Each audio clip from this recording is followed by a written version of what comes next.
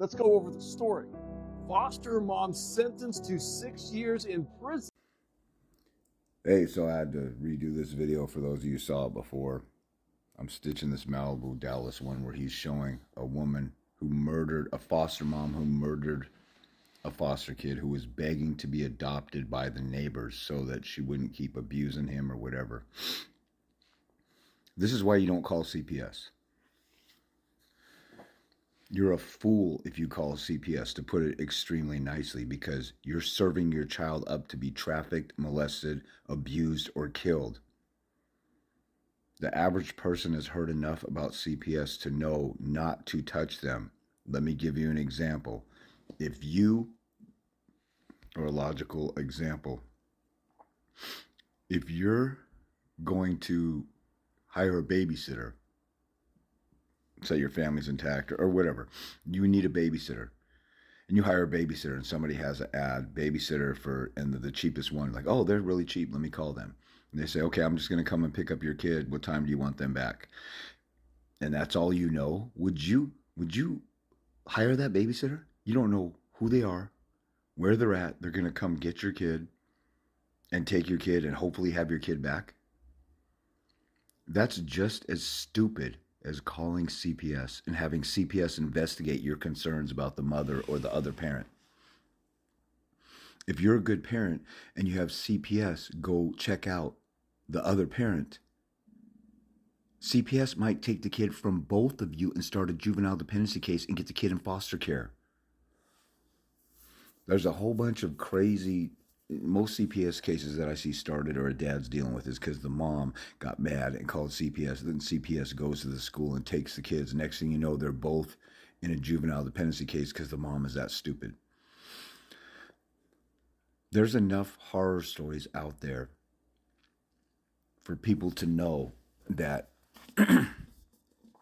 you shouldn't even be bothering with CPS. And some of you guys, you'll call CPS and your kid's getting abused and you're waiting 1, 2, 3, 4 months for CPS to conclude whether the child's being abused or not. If a kid stays a night at a slumber party and calls you and say, Daddy or Mommy, they're hitting me and I'm bleeding and stuff, would you say, okay, well, just tough it out, wait till the slumber party's over with, it's all weekend long, I'll get you at the end? You go and yank your kid immediately. Why would the hell would you call a total stranger at CPS, and especially if you've done it before and it didn't work out and you're waiting on CPS?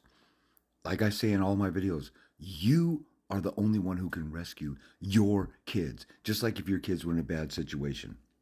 Or think about it at school. Let's say your kid is getting bullied or pushed around or got beat up by a bully. And the school is investigating and you're sending your kid, let's say it's elementary or middle school, you're sending your 7th grader, 6th grader to school, and they come home with another black eye. And then you call the school and say, what's going on? Well, we're investigating. Our investigative process usually takes about a month and a half. Would you keep sending your kid to that school? This is how stupid parents are for calling CPS and waiting on CPS, because CPS might come and take your kid, or while your kid's getting abused, you're waiting on CPS's investigation. Go, especially if you don't have a court order. There's some people out here, they don't have a court order, and the mother says, okay, give me my kid back. And you give the kid back, and you know the mother's boyfriend is a violent felon or whatever. Or the mother slapped your kid around. And like a pussy-ass bitch and a dumbass, you just send your kid right back to the abusive parent because you're waiting on to see if CPS will make a finding. You're out of your freaking mind if you call CPS for anything. The number 2 child trafficker in the world. CPS has been sued countless times. Now, they keep it a secret, but if you actually, you would vet and you would investigate and you would want to see, meet, and know a babysitter before you leave your kids with them. You're hiring CPS to look into abuse in the other parent's home, and they have the power to take the kids from both of you, and you just blindly trust them and don't know a damn thing about them? You're out of your freaking mind. How the hell can you endanger your kid like that? And if you're like, well, I didn't know about CPS, then you should get off your ass and click a mouse once in a while and do a little bit of research. These are your kids. How are you going to engage in something you don't know what the hell they do or how they do it or anything about them?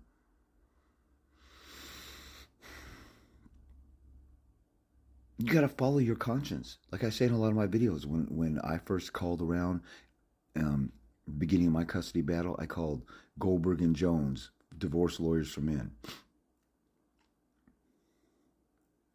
Those guys said you'll probably get every other weekend and yada yada, and I was like, screw you, and hung up the phone on their face because I'm not a bitch ass slave who just bows down to any stupid thing anybody says just because they have a title or whatever.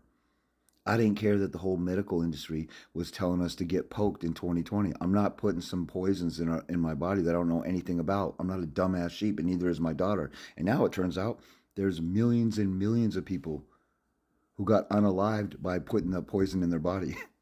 Your body doesn't have a deficit of mercury and monkey fetus parts and all these other things that change the entire makeup or DNA of your body. So, since I don't have a deficiency of that, I'm not taking that in.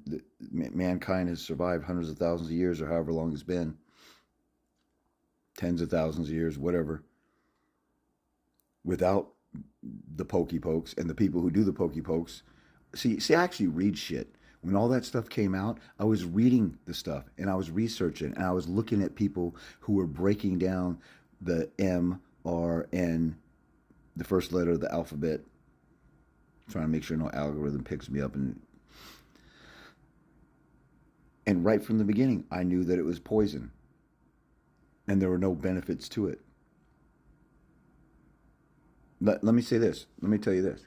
Whether you agree with me or not, I don't give a shit because now it's coming out that it's poison. Now that all the peer pressure bitches who give in to what anybody says, and I'm going to give you an example of CPS also, where somebody surrendered their kids and never saw the kids again because he was a bitch coward and just gave into the peer pressure of CPS at their door.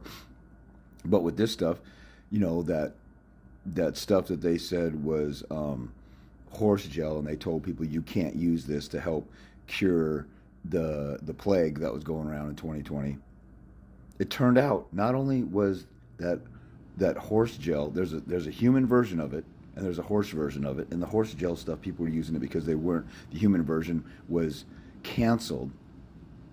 But now it's coming out that that stuff helps thwart cancer, and not and that's been a safe drug for 40 years. People are just such dumb ass mother effers that they just believe whatever the TV tells them to believe, and the TV's been lying to us.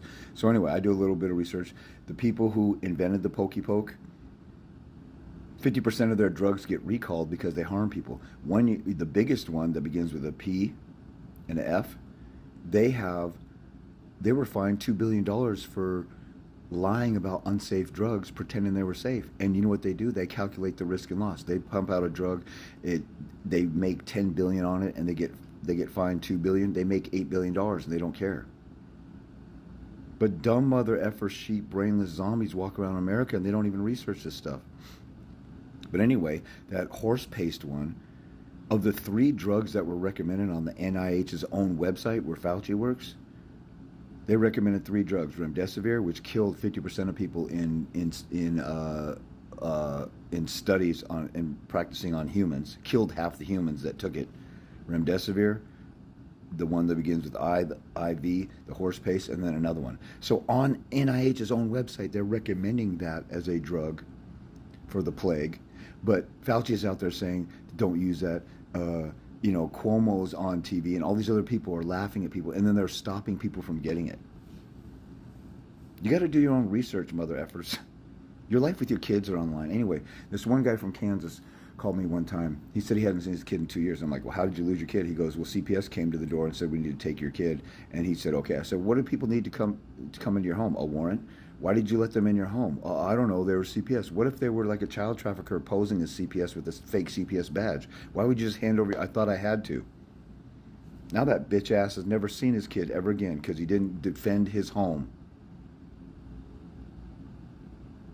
So somebody comes with a sticker saying, "Hi, I'm CPS. Give me your kid. How about give me your house, the deed to your house. Give me your car."